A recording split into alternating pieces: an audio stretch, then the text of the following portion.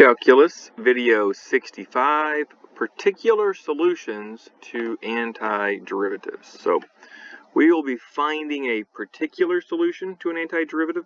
What this means is we can solve for that constant c. If we know a little bit of information, we can actually find out what that c was in that function before I took the derivative and then the c went away. So the idea is if we know one point on the function capital F of x, we can solve for the constant c. That is called a particular solution when we know the constant c.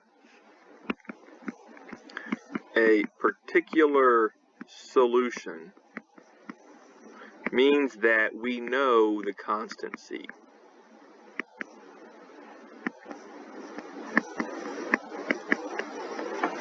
It's 3 or it's 7 or it's negative 11, right? We know the value of the constant c. That's called a particular solution.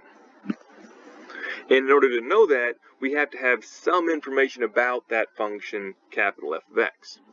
So in order to kind of talk about this a little bit more, let's introduce kind of a newish notation, just a little bit different. If I gave you the function lowercase f of x is equals 3x squared minus x to the negative 2, and I said find the antiderivative, okay, you would take the integral, use the antiderivative of the integral sign here of 3x squared minus x to the negative 2 dx, and you would find the antiderivative. We're going to call that result, that antiderivative, capital F of x. Capital F of x here refers to the antiderivative.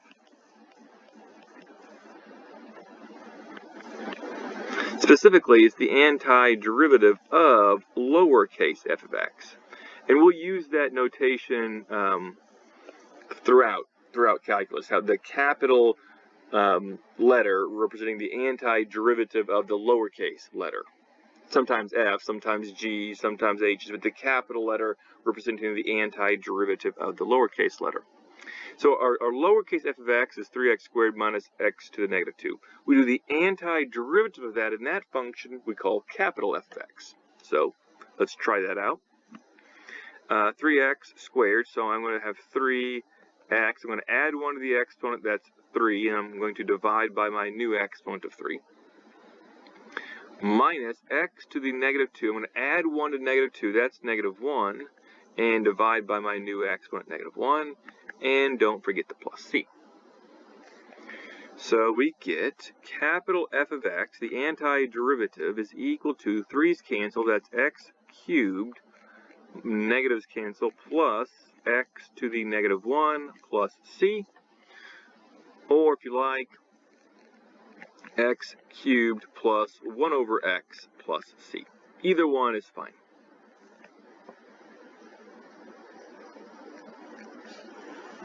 Okay, so we now know the antiderivative, but we don't know the particular solution. We just know it has some constant c. So to find the particular solution, we need to solve for c. But that means we need more information about something, some point on capital F of x. So a problem would look something like this. Find the particular solution for, I should finish that out, f of x given that, okay, find the particular solution for capital F of x given that lowercase f of x is equal to 3x squared minus x to the negative 2 if capital F of 2 is 10. It's this information. This is a point on capital F, right? This is the point 2, 10, x value 2, y value 10. That's enough to allow us to solve for c. We just need to have one point on the graph of capital F, and we can figure out what that constant is. Okay, looks like this. Capital F of x is the antiderivative of 3x squared minus x to the negative 2 dx. We just did this a minute ago. That would be 3x to the third and divide by my new exponent 3 minus x to the negative 1 divided by the new exponent negative 1 plus that constant of integration c. That's equal to x cubed plus x to the negative 1 plus c. That is capital F of x. All right, here's what I know. I know that if I plugged in 2, I get it out an answer of 10. So if I plug in 2 cubed plus 1 over 2, writing x to the negative 1 is 1 over x, plus the constant c, don't forget about that part, is equal to 10. F of x is equal to 10 if I plug 2 in for all the x's. So I get 8, 2 cubed is 8, plus a half, plus c is equal to 10, or 8.5 plus c is equal to 10. Subtracting 8.5, c then is 1.5. If I just know a point on capital F, I can find out what that c value is. That c value is 1.5. And so the particular solution is this. It's not just the c value. The particular solution is capital F of x, in which case we know what c is. Capital F of x is x cubed plus x to the negative 1 plus c, but now we know that for f of 2 equals 10, the c value is 1.5. That is the particular solution. All right. Let's extend this idea of a particular solution into our idea of position, velocity, and acceleration. All right, so position, velocity, and acceleration. Just to remind ourselves, our position function was given by s of t. The velocity function, v of t, and remember that the velocity function is the derivative of the position function. So s prime is the same as the velocity. And then a of t is the acceleration function, and the acceleration is the derivative of the velocity, or the second derivative of the position. So here's what happened previously. I would give you a position function s of t. You would take its derivative to find the velocity. Then you would take the derivative again to find the acceleration. Okay, that's when all we knew was derivatives. But now we also know antiderivatives. So now with antiderivatives, if I give you the acceleration function, you can take the antiderivative to find the velocity function. But what you want is not a velocity function plus c. You want to actually know what that c is. So you'll find the particular solution to that velocity function. Then you'll do the antiderivative of that. You'll find the position function s of t and find its particular solution as well. All right, so basically what's happening here is you're starting with now acceleration. Well, maybe a picture like this would be better. Used to be, I would give you position. You would take the derivative to get the velocity, and then you would take the derivative again to get the acceleration. Now, I'm going to give you acceleration. You're going to do the antiderivative to find velocity. And then once you know the particular solution to velocity, you're going to do the antiderivative again to find the position. That's what's going to happen here. So let's try an example with that. Suppose, remember that's the suppose symbol.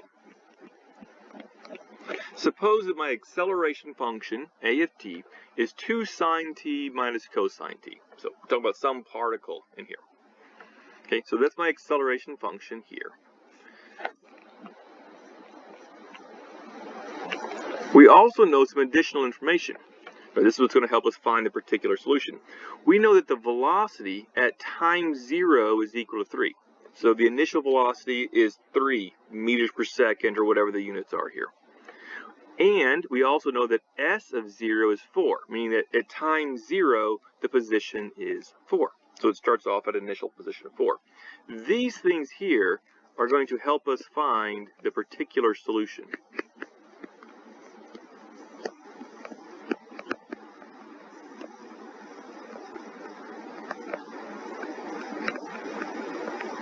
And the way you have to work this is, we're gonna take the antiderivative of acceleration to find the velocity function, then find its particular solution so I know what the c is, and then antiderivative to find the position function. You want to have the particular solution before you take of the velocity before you take its antiderivative to find the position. Let's try it out. So find the particular solution for, or solutions would be better, for velocity and position. So acceleration, A of t, is 2 sine t minus cosine t. We know that since the derivative of velocity is acceleration, then velocity is the antiderivative of acceleration. And we'll use dt here because our variable is t. So velocity is the antiderivative of acceleration. That is the integral of 2 sine t minus cosine t dt. Okay, let's practice our trig derivatives, or trig antiderivatives. What trig function who has a derivative that is sine t? Well, the derivative of cosine is negative sine, but we have positive sine, so this must be negative 2 cosine t. The antiderivative of 2 sine t, negative 2 cosine t. All right. Minus cosine t. Well, I know the derivative of sine is cosine, so the derivative of negative sine must be negative cosine. Please don't forget the plus c. And I'm going to call it c1 here, because I'm going to have two separate constants. All right, so this is the velocity equation, but it's not the particular solution. So now, find the particular solution for velocity.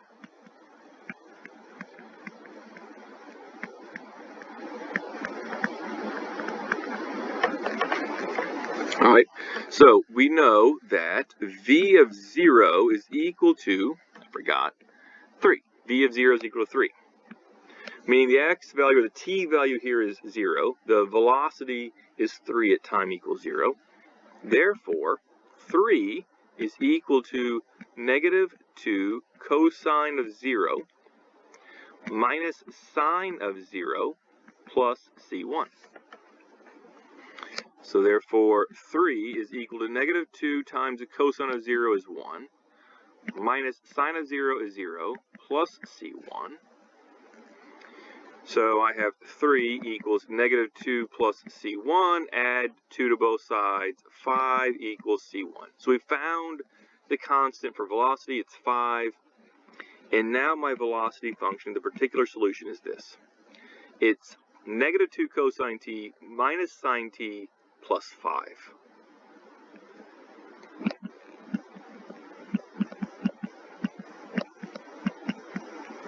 And that is the particular solution for velocity. I'm sorry, there should have been minus sine t here.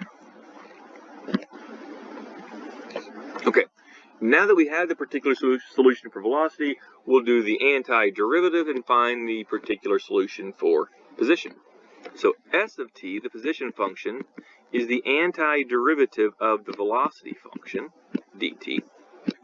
That's the integral or antiderivative of negative 2 cosine t minus sine t plus 5 dt. Okay, again, a little bit of antiderivative of trig practice here. The antiderivative of negative 2 cosine t. Well, the derivative of sine is cosine, so I would need a negative sine derivative to have negative cosine. So we're going to have negative 2 sine t, because its derivative would be negative 2 cosine t. All right, now I have a negative sine t. Well, the cosine t, its derivative is negative sine t, so plus cosine t, because its derivative is negative sine t. And then plus 5t plus c2. This is why I had c1 earlier, because I knew I'd have a second constant here, so c2. And I didn't want to just have c's for both. Okay, so this is the position function, but it's not the particular solution. We need to know what is that constant c2. So we go back up here. We see that the position at time 0 is 4. So s of 0 is equal to 4. Right? Since s of 0 is equal to 4, we get this. 4 is equal to negative 2 times the sine of 0 plus the cosine of 0 plus 5 times 0 plus C2. So 4 is equal to sine of 0 is 0, cosine 0, 1, 5 times 0, 0, plus C2. Subtract the 1, and you get C2 is 3. Okay, again, don't stop here. Go ahead and plug 3 back in for C2, and you get the particular solution for the position equation as negative 2 sine t plus cosine t plus 5t plus 3. And now we have the position, velocity, and acceleration equations.